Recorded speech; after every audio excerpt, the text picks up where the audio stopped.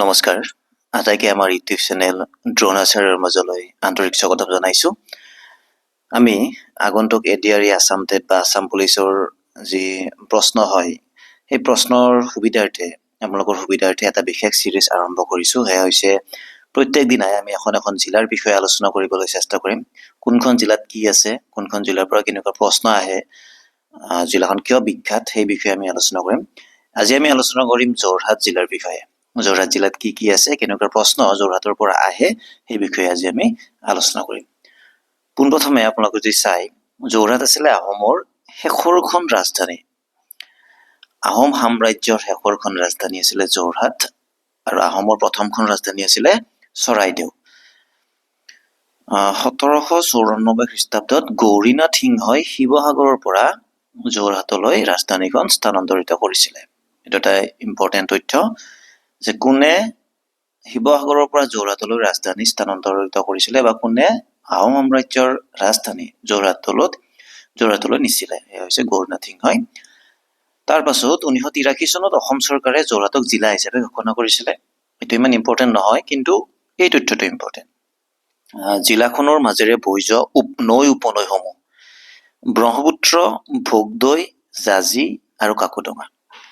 এইবাৰ অসম টেটত এটা পৰীক্ষা আহিছিলে যে তলৰ কোনখন নদী মাজুলীৰ মাজেৰে বৈ গৈছে। ঠিক তেনেকুৱা প্ৰশ্ন আহিব পাৰে যে তলৰ কোনখন নদী যোৰহাট জিলাৰ মাজেৰে বৈ গৈছে, বা তলৰ কোনখন নদী যোৰহাট জিলাৰ মাজেৰে বৈ যোৱা নাই। আপোনালোকে যদি তথ্যখিনি জানে তেতিয়া আপোনালোকৰ সহজ হৈ যাব। ব্ৰহ্মপুত্ৰ, ভোগদৈ, জাঁজি আৰু কাকডঙা। ঠিক আছে, ইয়াৰ পাছত কি কি আছে আমি চাম। উত্তৰ পূৰ্বাঞ্চলৰ প্ৰথমখন কৃষি বিশ্ববিদ্যালয় অসম কৃষি বিশ্ববিদ্যালয় যোৰহাটত অৱস্থিত। আহিব পাৰে এইটো পৰীক্ষাত, অসম কৃষি বিশ্ববিদ্যালয় কোনখন জিলাত আছে? যোৰহাট জিলাত। 1969 চনত এই বিশ্ববিদ্যালয়খন স্থাপন কৰা হৈছিলে, আৰু ডক্টৰ সত্যৰঞ্জন বৰুৱা আছিলে এই কৃষি বিশ্ববিদ্যালয়ৰ প্ৰথমজন উপাচাৰ্য। এইখিনি অহাৰ চান্স কম থাকে, কিন্তু এইটো অহাৰ চান্স খুব বেছি থাকে যে অসম কৃষি বিশ্ববিদ্যালয় কোনখন জিলাত আছে। ইয়াৰ পাছত চুকাফা সমন্বয় ক্ষেত্ৰ। আহোমৰ প্ৰথমগৰাকী ৰজা চুকাফাৰ এই সমন্বয় ক্ষেত্ৰটো যোৰহাট জিলাত আছে। যোৰহাট জিলাৰ পৰা প্ৰায় 14 কিলোমিটাৰ পশ্চিমত। আৰু 2013 চনত অসম চৰকাৰে ইয়াক পৰ্যটকৰ বাবে মুকলি কৰি দিছিলে। ঠিক আছে, তাৰ পাছত আটাইতকৈ এটা ভাল লগা তথ্য, আৰু ইয়াৰ পৰা পৰীক্ষাত প্ৰশ্ন আহিয়ে থাকে। যিসকল ব্যক্তিয়ে প্ৰশ্ন কাটে তেওঁলোকৰ এটা প্ৰিয় তথ্য, টকলাই চাহ গৱেষণা কেন্দ্ৰ। টকলাই চাহ গৱেষণা কেন্দ্ৰ যোৰহাটত অৱস্থিত, আৰু 1911 চনত যোৰহাটৰ টকলাই নদীৰ পাৰত টকলাই চাহ গৱেষণা কেন্দ্ৰ স্থাপন কৰা হৈছিলে। হ'ল 1911 চনত যোৰহাটত টকলাই চাহ গৱেষণা কেন্দ্ৰ স্থাপন কৰা হৈছিলে, আৰু ই পৃথিৱীৰ সৰ্বপ্ৰথম আৰু সৰ্ববৃহৎ চাহ গৱেষণাগাৰ। ইয়াৰ পৰা পৰীক্ষাত প্ৰশ্ন আহিব, আহি আছে, আহি থাকিব, আৰু আহিছিল। লাচিত বৰফুকনৰ মৈদাম আছে যোৰহাটত। লাচিত বৰফুকন মৈদাম ক'ত আছে? হোলোঙাপাৰত অৱস্থিত যোৰহাটৰ।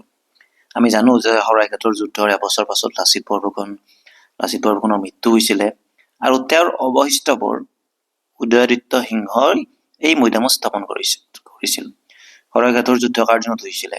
উদয়াদিত্যৰ সিংহত। মানে তেতিয়া শৰাইঘাটৰ যুদ্ধ হোৱা সময়ত আহোমৰ ৰজা আছিলে উদয়াদিত্য সিংহ, আৰু যুদ্ধৰ এবছৰ পাছত যেতিয়া লাচিত বৰফুকন ঢুকালে, তেওঁৰ অৱশিষ্টবোৰ এনেদৰে উদয়াদিত্য সিংহই এখন মৈদামত স্থাপন কৰিছিলে, আৰু এই মৈদামখন আছে যোৰহাটৰ হোলোঙাপাৰত। তাৰ পাছত ঢেকীয়াখোৱা বৰনামঘৰ। ই আছে যোৰহাটত, আৰু ইয়াৰ তথ্যটো খুব ভাল লগা। 1528 খ্ৰীষ্টাব্দত মহাপুৰুষ মাধৱদেৱ এই ঠাইখিনিলৈ নিশা থাকিব আহিছিলে। মাধৱদেৱক কোনে ৰাখিছিলে? এহাল বৃদ্ধ দম্পতীয়ে। ৰাতি মাধৱদেৱৰ বাবে তেওঁলোকে ঢেকীয়া শাকৰ আঞ্জাৰে ভাত খুৱাইছিলে। মানে ঢেকীয়া শাকৰ আঞ্জাৰে মাধৱদেৱক আপ্যায়ন কৰিছিল। তেতিয়াৰ পৰাই নামঘৰৰ লগতে এই অঞ্চলটোৰ নাম ঢেকীয়াখোৱা হ'ব বুলি মাধৱদেৱে কৈছিলে। খুব এটা ভাল লগা তথ্য। তাৰ পাছত চন্দ্ৰকান্ত সন্দিকৈ ভৱন, এটা গুৰুত্বপূৰ্ণ অনুষ্ঠান অসমৰ। কিয় গুৰুত্বপূৰ্ণ? অসম সাহিত্য সভাৰ মুখ্য কাৰ্যালয় চন্দ্ৰকান্ত সন্দিকৈ ভৱন। অসম সাহিত্য সভাৰ মুখ্য কাৰ্যালয় চন্দ্ৰকান্ত সন্দিকৈ ভৱন যোৰহাটত অৱস্থিত। আৰু অসম সাহিত্য সভাৰ স্থাপন কিমান চনত হৈছিলে? 1917 চনত। 1926 চনত ৰাধাকান্ত সন্দিকৈয়ে তেওঁৰ পুত্ৰ চন্দ্ৰকান্ত সন্দিকৈৰ স্মৃতিত এই ভৱনটো দান হিচাপে আগবঢ়াইছিলে। আৰু 2011 চনত অসম চৰকাৰে ইয়াক চন্দ্ৰকান্ত সন্দিকৈ ঐতিহ্য ভৱন হিচাপে নামাকৰণ কৰিছিলে। আৰু অসম সাহিত্য সভাৰ আঞ্চলিক 9টা কাৰ্যালয় আছে। 9টা হ'ল। পৰীক্ষাত আহিব পাৰে যে চন্দ্ৰকান্ত সন্দিকৈ ভৱন ক'ত আছে বা অসম সাহিত্য সভাৰ মুখ্য কাৰ্যালয়টোৰ নাম কি। তাৰ পাছত আঞ্চলিক কৃষি গৱেষণা কেন্দ্ৰ। 1923 চনত ধানৰ গৱেষণাৰ বাবে যোৰহাটৰ তিতাবৰত এই আঞ্চলিক কৃষি গৱেষণা কেন্দ্ৰটো স্থাপন কৰা হৈছিলে। পূৰ্বতে ইয়াৰ নাম আছিলে ধান গৱেষণা কেন্দ্ৰ। জিমখানা ক্লাব যোৰহাট জিলাৰ এটা পুৰণি অনুষ্ঠান। কাৰণ কিয় পুৰণি? বহুত ব্ৰিটিছৰ দিনতে এইটো বনোৱা। 1876 চনত যোৰহাট টি কোম্পানীৰ অধীক্ষক জে হাটমেনে যোৰহাটৰ চেকনি ধৰা গাঁৱত জিমখানা ক্লাব প্ৰতিষ্ঠা কৰিছিলে। গুৰুত্বপূৰ্ণ কথাটো হ'ল এই জিমখানা ক্লাবত এখন প্ৰতিযোগিতা অনুষ্ঠিত হয়। সেয়া হৈছে নিয়মিতভাৱে ঘোঁৰা দৌৰ অনুষ্ঠিত হয় আৰু এই প্ৰতিযোগিতাত বিজয়ীক গভৰ্ণৰ্ছ কাপ প্ৰদান কৰা হয়। পৰীক্ষাত আহিব পাৰে জিমখানা ক্লাব ক'ত আছে আৰু জিমখানা ক্লাবৰ লগত জড়িত খেলবিধৰ নাম কি? ঘোঁৰা দৌৰ হ'ল। ঠেঙাল ভৱন। 1880 দশকত এই ঠেঙাল ভৱনটো নিৰ্মাণ কৰা হৈছিল বুলি কোৱা হয়। চনটো 1885 বুলিও বহুততে পোৱা যায়। গুৰুত্বপূৰ্ণ তথ্যটো হ'ল ইয়াৰ পৰাই অসমৰ প্ৰথমখন দৈনিক বাতৰি কাকত দৈনিক বাতৰি প্ৰকাশ হৈছিলে। অসমৰ প্ৰথমখন বাতৰি কাকত বুলি যেতিয়া আহে সেয়া হ'ব অৰুণোদয়। সেইখন আছিলে কি 1846ত। দৈনিক বাতৰি আছিলে। দৈনিক বাতৰিখনৰ নামে অসমৰ দৈনিক বাতৰি। এইটো আৰু মুখস্থ কৰাৰ বস্তু নহয়। আৰু প্ৰথমজন সম্পাদক কোন আছিলে? নীলমণি ফুকন। প্ৰথমখন অসমীয়া দৈনিক বাতৰিৰ সম্পাদক আছিলে নীলমণি ফুকন। হ'ল। তাৰ পাছত ৰজা মৈদাম। আহোম স্বৰ্গদেউ পুৰন্দৰ সিংহৰ সমাধি ক্ষেত্ৰ। আৰু ই টকলাই নদীৰ দক্ষিণ পাৰে অৱস্থিত। পৰীক্ষাত আহিব পাৰে যে যোৰহাটত থকা ৰজা মৈদাম কোনগৰাকী আহোম ৰজাৰ সমাধি ক্ষেত্ৰ? পুৰন্দৰ সিংহৰ।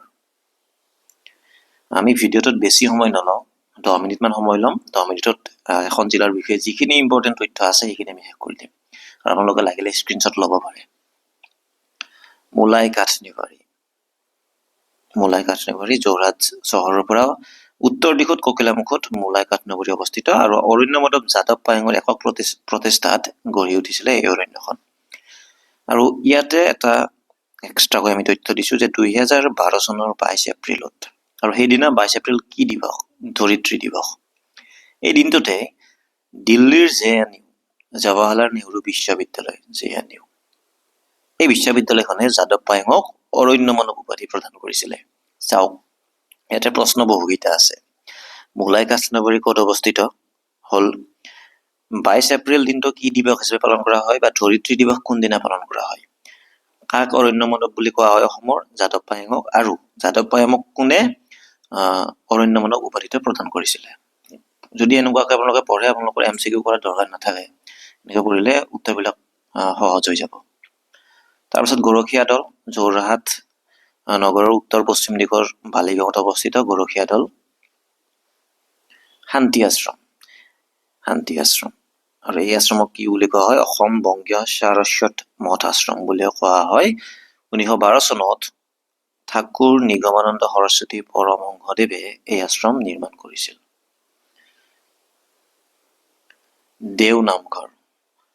দেওনামঘৰ আছে যোৰহাটত। আৰু অসম বুৰঞ্জী তথ্য অনুসৰি গৌৰীনাথ সিংহই দেওনামঘৰ প্ৰতিষ্ঠা কৰিছিলে। ৰৰৈয়া বিমানবন্দৰৰ পৰা এটা প্ৰশ্ন আহিব পাৰে, কোনটো বিমানবন্দৰ কোনখন জিলাত আছে? আমি জিলা ৱাইজ যিহেতু ডিছকাছ কৰিমে, বাকী কেইখন বিমানবন্দৰ আমি পাই যাম। যোৰহাটৰ আছে ৰৰৈয়া বিমানবন্দৰ, আৰু ইয়াৰ এই বিমানবন্দৰটো পতাৰ মুখ্য কাৰণ আছিলে দ্বিতীয় বিশ্বযুদ্ধ। আহিব পাৰে পৰীক্ষাত যে দ্বিতীয় বিশ্বযুদ্ধৰ সময়ত স্থাপন হোৱা বা দ্বিতীয় বিশ্বযুদ্ধৰ সময়ত বিমান ঘাটি পতাৰ যিটো বিমান ঘাটি আছিলে, কোনটো বিমান ঘাটি আছিলে ইয়াৰ ৰৰৈয়া বা কোনখন জিলাত আছে। আমাৰ যোৰহাট জিলাৰ পৰা এইখিনিয়ে তথ্য আছিলে, যিখিনি পৰীক্ষাত আহে আমি সেইখিনি আলোচনা কৰিছিলোঁ। ইয়াৰ পাছত আমি নতুনকৈ এখন জিলা আলোচনা কৰিম। তাৰ সমান্তৰালকৈ আমি ইংৰাজীৰ ভিডিঅ' দি থাকিম, বেছিক ইংলিছ গ্ৰামাৰ। আশা কৰোঁ আপোনালোকে ভিডিঅ'টো চাই ভাল পাইছে বা উপকৃত হৈছে। আজিলৈ সামৰিছোঁ, ধন্যবাদ।